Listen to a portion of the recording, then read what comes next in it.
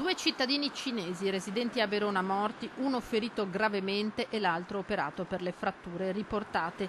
È il bilancio gravissimo di un incidente la cui dinamica è tutta da chiarire, quello accaduto verso le 4 del mattino sulla Ponte Bana al confine tra Bidasio di Nervesa e Ponte della Priula. A uscire di strada il furgone a bordo del quale viaggiavano i 4 asiatici, che si è schiantato violentemente contro un platano.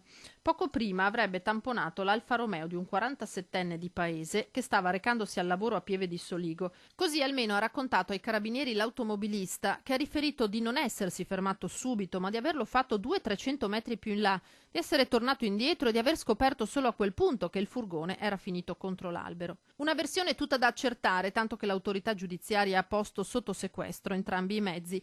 Due degli occupanti del Mercedes Viano, che provenivano da Milano, sono morti poco dopo l'arrivo in pronto soccorso. Si tratta di un uomo, Wang Mei-yong, che avrebbe compiuto 46 anni giovedì prossimo, e della moglie Yu Xiaoyun, 45 anni.